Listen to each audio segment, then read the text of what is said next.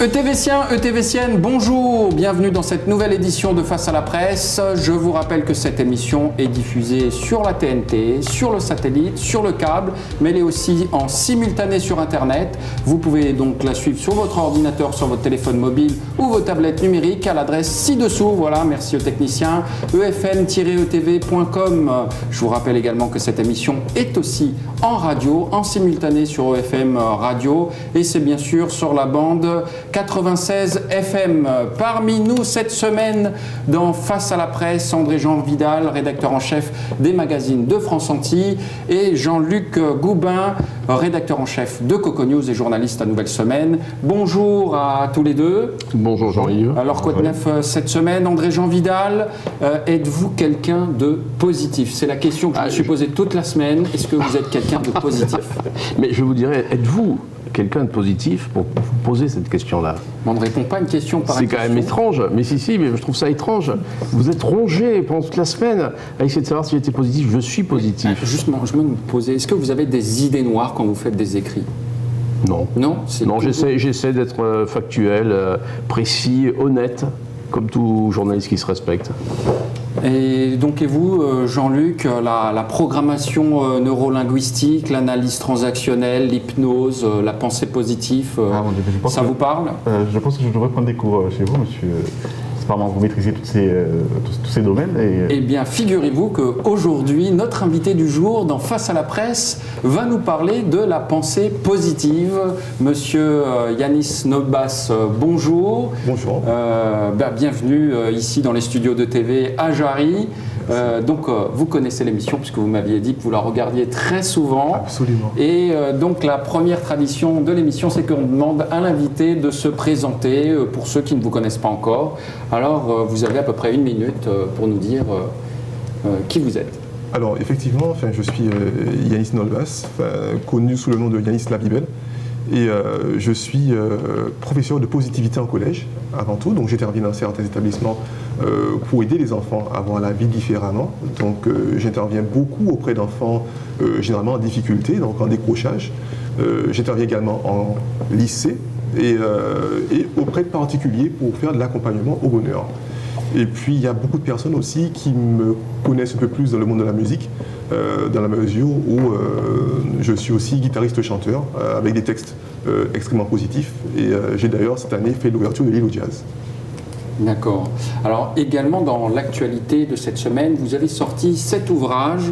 Voilà, le technicien va vous faire un zoom sur la couverture. Vous avez sorti cet ouvrage c'est les 18 pensées positives à l'usage des Antillais aux éditions La Vie Belle. Absolument. Alors, première question, c'est tout simplement, c'est quoi exactement la pensée positive ? Alors, la pensée positive, c'est le fait de se mettre dans son environnement mental des éléments qui soient positifs, donc des éléments qui soient, on va dire, qui nous fassent du bien, qui aient un impact émotionnel plutôt agréable, de manière effectivement à ce que notre comportement soit emballé par ces événements-là. Donc, c'est vraiment, je prends un cas bien simple, très souvent, on entend, je ne veux plus être dans la galère, par exemple. Penser positivement, c'est tout simplement se dire dorénavant, je serai quelqu'un qui j'aurai beaucoup de facilité à obtenir beaucoup, on va dire, des moyens financiers, ou avoir une vie totalement pleine et comblée financièrement. Et en changeant effectivement juste l'attitude, notre comportement va changer de manière extrêmement naturelle. C'est tout basique, tout simple. Mais je vous garantis, à chaque fois que j'ai fait le test avec des personnes qui ont bien voulu jouer le jeu, ça a fonctionné. Ça n'a aucun rapport avec la méthode Coué, parce que là, ce que vous me dites, si je pense positif que demain, tout ira bien pour moi, je ne tomberai pas dans l'escalier, c'est merveilleux, hein, c'est une méthode Coué. Alors, je ne suis pas... En fait, on n'est pas loin de la Coué, mais je ne parle pas de méthode Coué dans la mesure où, derrière la pensée, il y a quand même des actions concrètes.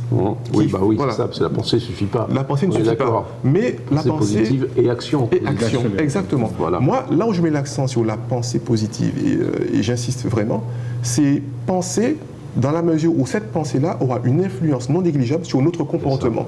Et c'est ce comportement-là qui amènera effectivement un environnement beaucoup plus positif et beaucoup plus, on va dire, bénéfique pour la personne. Alors, c'est vrai qu'il y a une littérature abondante sur la recherche du bonheur, les recettes du bonheur, etc. En quoi, c'est vrai qu'on est un peu quand même perdu, nous, en tant que lecteurs et public, en quoi votre ouvrage se distingue des autres qu'on retrouve sur le marché actuellement, en fait, dans les librairies, etc. Alors moi, je n'ai pas la prétention de dire qu'il se distingue des autres, parce que vraiment, cet ouvrage, je l'ai vraiment écrit en toute humilité. Ce qui se passe ici, c'est que ça fait 4 ans que je travaille en Guadeloupe, donc avec des particuliers, en entreprise, dans les établissements scolaires. Et pour avoir travaillé effectivement en Europe, je me suis rendu compte que ici, nous avions des problématiques endémiques. Il y avait j'ai des sujets qui sont très récurrents que je n'avais jamais traités dans d'autres pays. Et je me suis dit, tiens, il est peut-être opportun de rédiger un petit précis, voilà, facile à lire, toujours facile et très facilement abordable, de manière à apporter des solutions ou l'envie d'essayer la pensée positive, mais avec un point de vue qui vienne de nos racines à nous, donc de nos racines locales créoles. Il y a le sentiment qu'ici, nous avons donc nous voyons la vie, bon, on va faire de jeu de mots, en noir. Non, pas vraiment, parce que je ne suis pas fan du tout des généralités. J'ai horreur des généralités, mais quelles qu'elles soient, même scientifiques, dans la mesure où je considère qu'on est tous uniques et que nous sommes tous des êtres extraordinairement talentueux. Ceux qui ne pensent pas être talentueux sont ceux qui ne savent pas encore quel est leur talent. Ceux qui doivent lire votre livre, sans doute. Absolument. Et vous écoutez. Donc, dans ce concept-là, je n'avais pas du tout la prétention de dire qu'aux Antilles, nous étions plus noirs. Nous cultivions le négativisme. Non, pas du tout.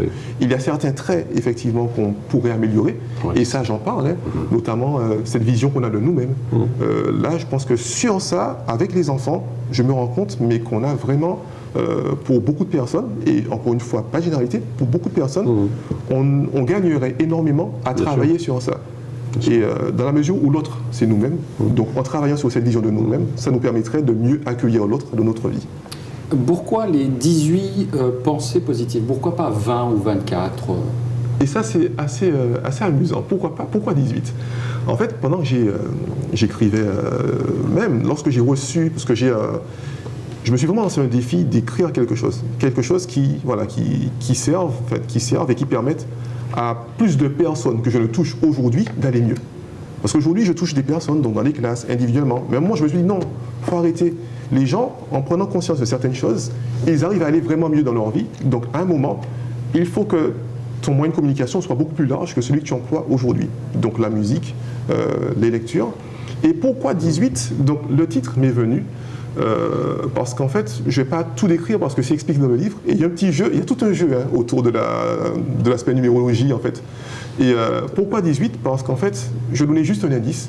Si vous additionnez tous les chiffres de l'année 2016, ça donne 9. Et 1 plus 8, 9. Et en fait, 9, quand on prend tous les chiffres, je crois que c'est le dernier. Et donc c'est le moment de changer, mais j'en parle un petit peu plus dans le livre. Donc c'est symbolique, on va dire. C'est symbolique, exactement. Il y a toute une symbolique, effectivement, autour des chiffres. Jean-Luc.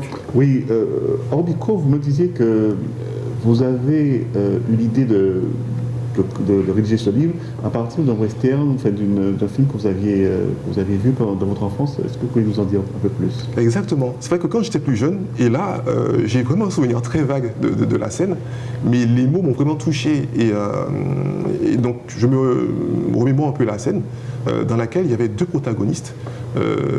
C'était visiblement un western, peut-être, je ne me rappelle plus trop, qui disaient « Si tu veux cacher quelque chose à un nègre, mets-le dans un livre. » Et à l'époque, j'étais très jeune, scolarisé probablement au collège ou autre. Et je crois que ça m'a un peu touché, puis c'est resté un peu stagné dans mon inconscient quelque part. Mais toujours est-il qu'à l'époque, je me suis dit, mais effectivement, ils n'ont pas tort. Je regardais autour de moi, je voyais mes petits camarades. On lisait, mais on ne lisait que la littérature proposée dans le cursus scolaire. Mais à côté de ça, en regardant autour de moi, je ne voyais pas beaucoup de personnes qui avaient vraiment cet amour de la lecture ou qui se plongeaient de manière avec facilité, même dans les discussions. Je n'entendais pas, tiens, tu as lu le dernier Dumas, pas Dumas, mais le dernier... non, on parlait plus de telenovelas, du dernier Stallone qui est sorti, etc. Et donc, plus tard dans ma vie, je me suis mis à lire. Et j'ai même consacré une chanson qui fait un peu l'apologie de la lecture, parce que la lecture, en fait, a cette magie de pouvoir vous amener à élever un peu l'imagination. Vous allez vous-même reconstruire l'univers que l'auteur vous suggère.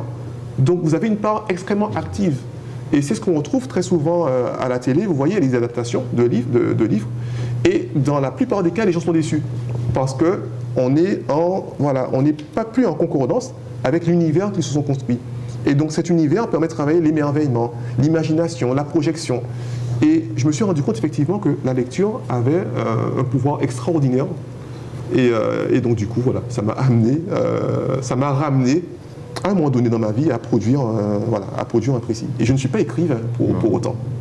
Mais c'est un peu contradictoire puisque finalement, vous écrivez, donc vous portez sur une page blanche des pensées. Absolument. Donc par rapport à cette réplique du protagoniste dans le film, c'est un peu en contradiction. On aurait pu envisager que vous fassiez plutôt une émission télé, une radio, que vous puissiez jouer une chanson, mais vous utilisez effectivement un outil qui semblerait n'est pas consulté régulièrement par le public, par la population. Absolument. Et c'est pour ça que je me suis lancé un défi de rédiger un ouvrage accessible, facile à lire, extrêmement facile à lire. Et aujourd'hui, je vous garantis que j'ai des gens qui me l'ont pris par courtoisie, on va te donner la force, comme ça se dit très, très, très communément, et qui sont revenus vers moi me disant, tu sais, j'ai été touché, ça m'a permis de me remettre en question. Et je pense que c'est un peu le pari. C'est d'utiliser un outil, parce que ça aurait été facile, je fais de la musique. Donc j'ai déjà une chanson qui fait l'apologie de la lecture, j'ai plein de chansons qui expliquent comment je fais pour être content tous les jours, ne jamais me fâcher. Voilà, j'ai ces outils-là. Mais je me suis dit, tiens, je vais me lancer ce pari-là, de faire un ouvrage vraiment accessible, mais de trouver des astuces afin que même les personnes qui ne soient pas attirées par le livre se mettent au livre. Donc c'est un double défi en fait. André Jean Vidal, vous qui êtes un littéraire, vous lisez beaucoup de livres, vous te posez les questions. Je ne sais pas ce que ça a à voir avec... Êtes-vous New Age? New Age, pas vraiment. Pas vraiment. Pas vraiment. Parce que j'ai les pieds bien sur en terre. Bien sur en terre. Donc New Age... Pas envie de devenir un gourou Non, pas vraiment. Mais vous faites bien de le dire parce que oui. Moi j'ai un groupe de personnes autour de moi à qui je dis que si jamais je déviais, qu'ils ont la totale liberté de me casser les deux jambes. Si jamais je déviais dans un gouroutisme... Il faut plutôt vous fermer le bec que vous casser les jambes. C'est par votre parole que vous agissez, que vous arrivez à convaincre les gens d'agir. Ouais, mais la douleur m'amenuiserait, à la limite. Bon, soyons sérieux. Dans ces 18 pensées positives à l'usage des Antillais, laquelle est la plus importante? Alors, laquelle, moi j'aimerais dire qu'il n'y en a pas de plus importante. Parce que, dans la mesure où, si vous voulez, c'est une sorte de voyage que je trouve complémentaire. Après, si il y en a une, effectivement, qui me marque un peu plus, c'est l'aspect faire ensemble. Voilà. L'aspect faire ensemble. Le collectif, voilà, le groupe. Le collectif, le groupe, voilà. D'accord. Parce que je me rends compte, effectivement, que pour beaucoup, je dis bien pour beaucoup, pas tous, on sait bien s'amuser ensemble, on sait rigoler ensemble, mais quand il s'agit de faire ensemble, généralement, voilà, il y a quelques petits accros. Et je retrouve un peu cet esprit-là avec les enfants. Quand je leur demande de définir un peu le Guadeloupéen, mais entrepreneur, etc. Oui, si vous me permettez, la technique du coup de main, c'est faire ensemble, et c'est très antillais. Alors, la technique du coup de main, c'est faire ensemble, mais moi je parle... C'est avancer ensemble pour construire quelque chose. Pour construire quelque chose. Exactement, du coup de main. D'ailleurs, la technique du coup de main, je ne sais pas si c'est une technique qui est encore bel et bien présente. Je sais qu'avant, j'en entendais beaucoup parler. Aujourd'hui, j'en entends parler encore, mais c'est vrai que j'en entends beaucoup moins. Parce que donner la force, c'est la même chose. Vous vivez à la ville, c'est pour ça.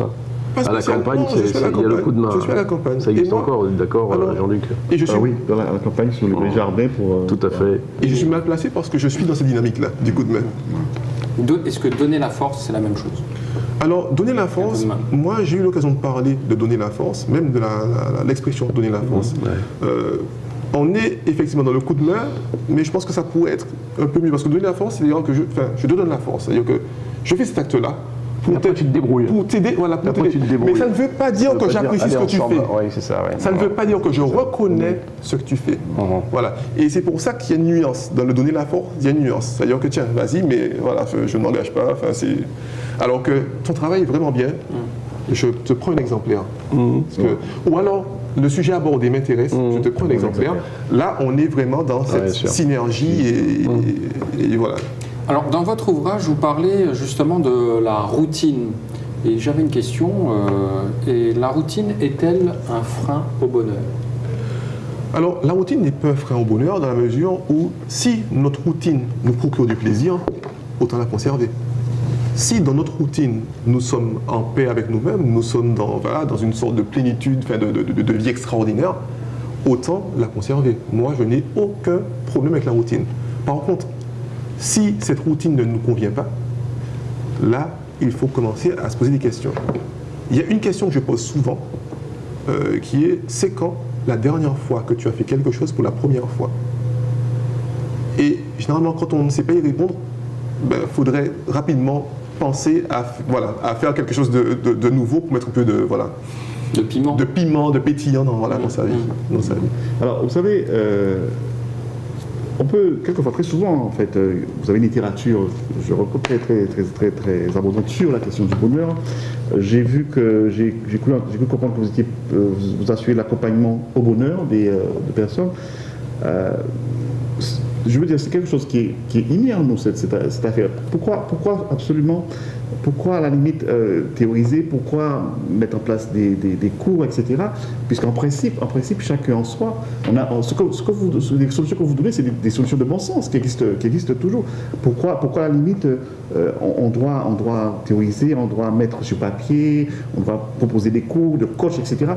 Expliquez-moi un peu la chose. Je suis entièrement d'accord avec vous sur l'aspect théorisé.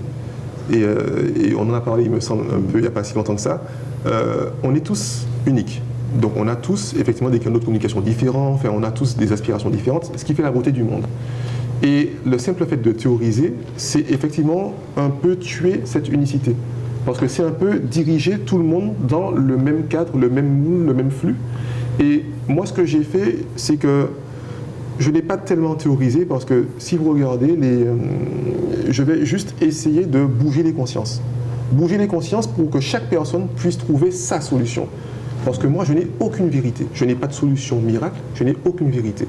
Par contre, la solution miracle, c'est de se tourner vers soi pour se poser les bonnes questions et trouver la sienne à chaque fois. Alors justement, nous avons une vérité ici à ETV. Et la vérité, c'est que c'est l'heure de la publicité.